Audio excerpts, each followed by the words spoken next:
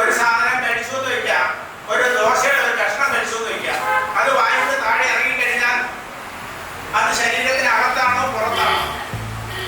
നിങ്ങൾക്ക് എന്താണ് നിങ്ങളുടെ ഉത്തരം എനിക്കറിയില്ല.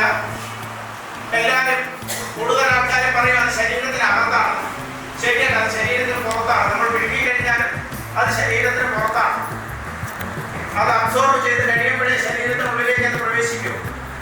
അങ്ങനെ ഒരു പദാർത്ഥത്തെ നമ്മൾ ഉള്ളിലോട്ട് വിടുകയും ആ പദാർത്ഥം ക്രമാനുഗതമായി വളരെ വേഗത്തിൽ നമ്മുടെ എല്ലാ ബോധങ്ങളെയും നശിപ്പിച്ച് ഇപ്പോഴും നമ്മുടെ ജീവിതം നിലനിൽക്കുന്നത് നമ്മുടെ സ്മരണയിലാണ്. ഞാൻ ശ്രീമാനാണെന്ന ബോധം എനിക്കില്ല എങ്കിൽ എല്ലാം തീർന്നു, മരണതുല്യമായി തീരും. എൻ്റെ വീടേത്, എൻ്റെ ഭാര്യ ഏത്, എൻ്റെ സുഹൃത്തുക്കളേത്, എൻ്റെ സമൂഹം എന്ത്, ഞാൻ ആചരിക്കേണ്ട അനുവർത്തിക്കേണ്ട ആചാര മര്യാദകളെന്ത്, കൂടെ നിൽക്കുന്നവരോടും ബന്ധുക്കളോടും സുഹൃത്തുക്കളോടുമെല്ലാം ഞാൻ പെരുമാറേണ്ട രീതി എന്ത്, ഇതെല്ലാം എൻ്റെ ബോധമണ്ഡലത്തിൽ മറഞ്ഞു പോയാൽ ഞാൻ ശ്വാസോച്ഛ്വാസം ചെയ്തതുകൊണ്ട് മാത്രം ഞാൻ ആ വ്യക്തിയാവില്ല. എൻ്റെ വ്യക്തിത്വം പോയി, മരണമായി കഴിഞ്ഞു.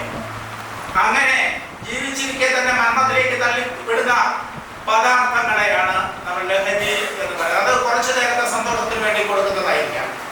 മദ്യം കഴിക്കുന്ന ആൾക്കാരുണ്ട്, തീർച്ചയായിട്ടും മദ്യം ലഹരിയാണ്. ഞാൻ അതിനു മുമ്പ് പറഞ്ഞു, കലയും ലഹരിയാണ്. മദ്യവും കലയുമൊക്കെ നിങ്ങളുടെ ബോധത്തെ നശിപ്പിക്കുന്ന രീതിയിൽ നിങ്ങൾ ഉപയോഗിക്കുന്നുവെങ്കിൽ അതിന് വിരുദ്ധമായിട്ടാണ് നമ്മുടെ ഈ പ്രതിജ്ഞ. അതേസമയം നിങ്ങൾ കൺസ്യൂം ചെയ്യുന്നത് ആൽക്കഹോൾ കണ്ടന്റ് ഇല്ലാത്ത ഒരു പദാർത്ഥവും ഇല്ല. നിങ്ങളുടെ ശരീരപുഷ്ടിക്ക് ഒരു ക്രോണിക് എടുത്താൽ അതിൽ എഴുതിയിരിക്കും 10% ആൽക്കഹോൾ ഉണ്ടെന്ന്. മദ്യമാണത്. സുരേഷ് സാറിന്റെ ചോദ്യത്തിന് ഉത്തരം കിട്ടിക്കാണുമെന്ന് ഞാൻ വിശ്വസിക്കുന്നു. നമുക്ക് പ്രതിജ്ഞയിലേക്ക് കടക്കാം.